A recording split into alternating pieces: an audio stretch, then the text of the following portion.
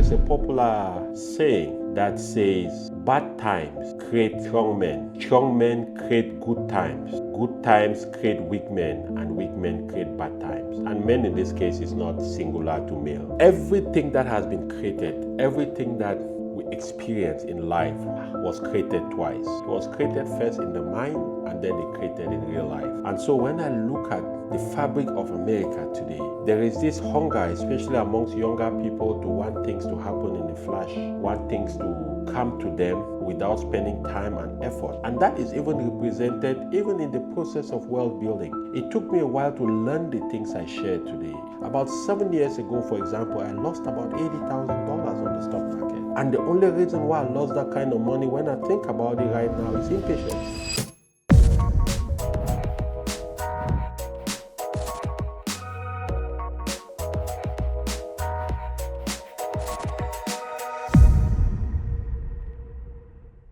I will be speaking from the perspective of someone who was born and raised in Cameroon. I left Cameroon after my bachelor's degree. So coming into the US, there was a certain part of me that was already clear about why I was coming to the US, right? To seek the possibility of advancing my mind, to advance myself academically, and also to advance myself economically and impact-wise. Because from a very young age, I always saw myself as a global citizen. What I mean by that is I never limited my thinking, my perception of what is possible for me to the geographical location I was. And I felt like at that time the US gave me a chance to be able to position myself in a way that I would be relevant, not only globally, but also relevant to the continent where my heart beats for, which is Africa. In terms of things that have changed in the US over the years, of course, there are a lot of practical things that have changed, from not only the cultural perspective, even down to the education, academic perspective, economic perspective, and even opportunity perspective. Over the last 25 years, of those 25 years, there were 3 of those 25 years I was back doing business in Africa. I opened a business working with my uncle, developing and trying to sell natural health products. So I started marketing. I lived and worked in Nigeria for 3 years, Congo, Gabon, and some of these other countries. Oh, yes, I lived and worked in Nigeria for 3 years. I traveled all over Nigeria, all over. Because what we were doing at that time, we're opening, the company had started in Cameroon.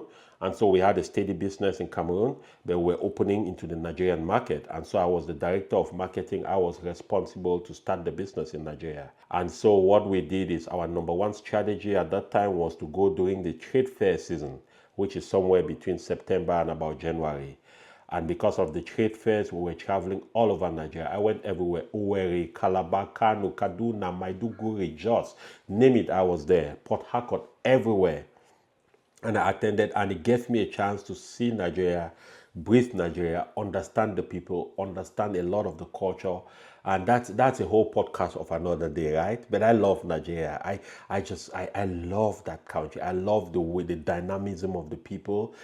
Despite its challenges, the energy that comes from there. So if you're working a 9-to-5 job, earning a good paycheck, bringing home some good money, but you are still feeling stuck when it comes to building real wealth, I know exactly how that feels. I used to be that way, chasing the paychecks, adding more jobs on jobs, and I thought bringing big money means I would automatically build wealth. But you know what? It took me 2 painful layoffs to finally get the lesson, to understand that, Gustav, you were building the wrong way. Gustav, you need to do something else, because what used to be job security is now job insecurity. That wake-up call was a few years ago. And since then, I decided I was going to build a brand to help cater to professionals, to immigrants, to hardworking, hungry people like you who want to see something different, who want to make sure that they don't end up broke, to have a platform and a template to work with. And now I want to create something with you in mind, for you and for your needs. A product designed to help guide you on how to invest and see results from that. That's why I'm inviting you to take part in this poll. It's going to be less than 5 minutes for you. Fill the poll. And when you do that, you're going to be automatically entered into benefit 30% of the early bird access for that program. In addition to that, you are going to have exclusive founders only bonus content, a chance to make this historic product, make it personal, your own pathway along with me. So click on the link below and complete the 5 minutes poll. Because you know what? I just don't want to build something. I want to build something with you in mind, with you participating and making sure that it meets your needs. I will see you on the inside. And by God's grace, I will see you at the top. But coming back to the question we're talking about, when you're talking about some of the changes that have happened to America, and one of the critical changes that I've noticed is the slow death of hunger, determination, and a work ethic for excellence. What I mean by that is there is a popular saying that says bad times create strong men create good times, good times create weak men, and weak men create bad times. And men in this case is not singular to male, right? What do I mean by that? The changes I've noticed that have happened in the US over the last 25 years, without getting into too much polemics, the first one I've noticed is just the slow death of this hunger. You see, one of the things when you travel in the US, you live in the US, you travel quite a bit, you will give it to the US, is the fact that the people who built this country were hungry, they were determined, they had a certain pride for excellence. They wanted to build a nation that will last for centuries. And that was represented not only in the policies, but also in the infrastructure of the country, the roads, the bridges, the buildings, and things like that, which over the years hasn't been maintained as much. So there's a problem with that. But most importantly, the spirit of Americans. You see, Americans were raised to believe, number one, that everything is possible. They were raised to believe that I can do anything I put my mind to. And that is why for so many years, America has led the arms race towards innovation, technological advancement, and things like that. Because it is a normal thing in America for a kid to go to college 1 month after they say, you know what, I don't want this stuff. I want to go sit in my house. I've been thinking about designing this thing that can fly by itself, and I'm going to work on it. And a lot of times the parents will say, you know what, it's okay, my child, go do that. In most cultures in the world, boy, you'll be flogged. You want to quit university, you crazy? You want to quit high school, that kind of thing. But those are the things that really help propel America. And when I look at the changes that have happened over the last many years, that is one of the key areas I really believe something has shifted. That the generations today no longer have that hunger. They no longer have that ability to focus on one or two things and take it to a logical conclusion. They keep moving around, keep jumping from one thing to the other, and they want quick results. Nothing significant, nothing long lasting, nothing that is going to be impactful for a long time across generations is built in a short time. That's just the reality. That is just the reality. So the important thing, therefore, to understand is everything that has been created, everything that we experience in life was created twice. It was created first in the mind and then it created in real life. And so when I look at the fabric of America today, there is this hunger, especially amongst younger people, to want things to happen in a flash, want things to happen quickly, want things to come to them without spending time and effort. And that is even represented even in the process of wealth building. It took me a while to learn the things I share today. It took me a long time to learn the things I teach people about. And I also experienced them. About 7 years ago, for example, I lost about $80,000 on the stock market. And the only reason why I lost that kind of money, when I think about it right now, is impatience. Is the hunger to want to make something quick happen. So what happened is I went ahead and started buying shares of companies that, number one, I didn't really know what they do, and number two, they were not companies that were proven. So after a while, those shares dipped and I lost my money completely. But fast forward 6 years later, when I got myself educated, I got to understand that the first winning strategy in most things in life is patience. The second winning strategy is consistency, doing the same thing over and over. And the third winning strategy is having a long-term view, especially on the US stock market. So 6 years from that point till now, I've been able to not only recover, but be able to position myself in a portfolio that is already north of $1 million in liquid assets. I don't know if I make sense. And I'm not saying that to brag because I'm not rich by any means. I'm just saying that because I want to share examples that are real, that people can see and understand that this thing is no joke, it's no fluke. Paul is not inviting people on his platform here to just come and record a podcast and talk big and feel good about themselves and go back home. No, we are coming here because we are on a mission. And that mission is to be able to help people understand the strategies that work, the strategies that are proven, and that over time will be able to deliver consistent results for most people. I'll give you another example, Paul. Let me tie this all up, right? When I came to the US in the year 2000, right about 2004, I decided that at that time it was a hot thing, ship containers back home. I tried to sell something, to do all of this crazy stuff. And at that time, I was just making nursing assistant money. That was about 14, 15 bucks an hour. So it's not much money, okay? And I decided I spent 2 years, $40,000 buying shoes to ship back to Cameroon to sell. And I ended up buying a lot of these pairs of shoes, most of them brand new shoes from a store called DSW.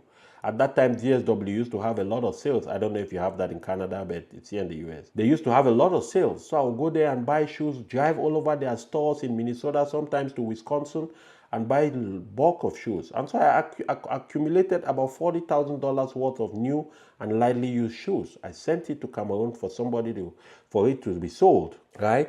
Long and short of the story, of course, I never was able to sell them all in the way I wanted because they were bought in small pieces. People will take, they will give me money. Even till today, I say this thing and I laugh. Till today, I go to Cameroon this January I was in Cameroon and somebody bought me a drink, bought me some fish, and reminded me that was part of the money he owed me from shoes of 20-something years ago.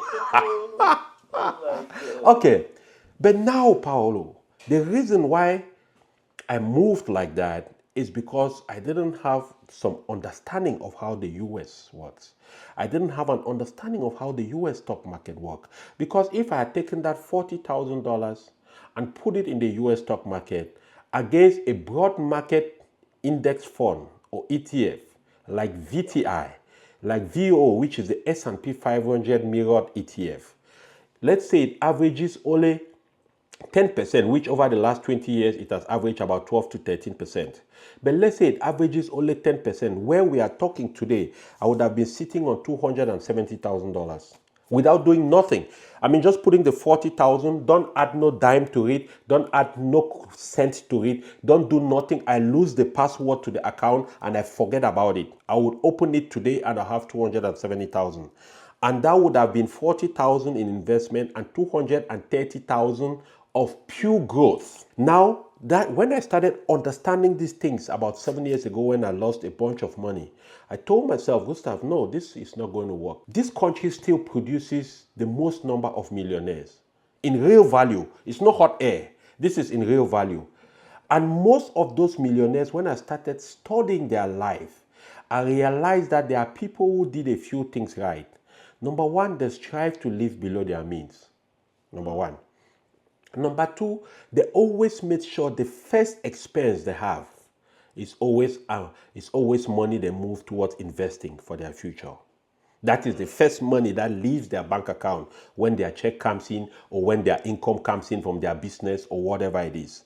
Number three, they were not in a rush to get rich by Tuesday. They had a 10, 15, 20-year time frame. And number four, they did that consistently over a period of time. And then they became rich.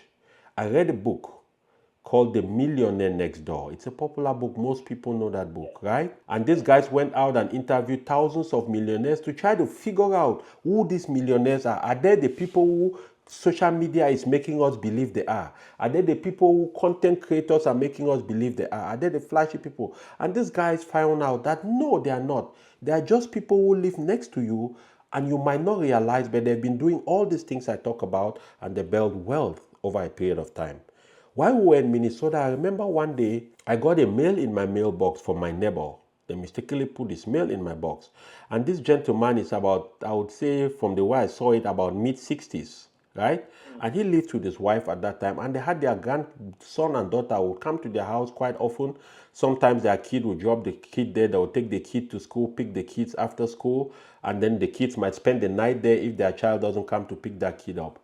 So I got their mail in our mailbox, and I went back home. I realized I had their mail. So I decided to just Google him out of curiosity. And I Googled the gentleman, and I realized he just came through 3 years ago from selling a $70 million company he built over 40 years.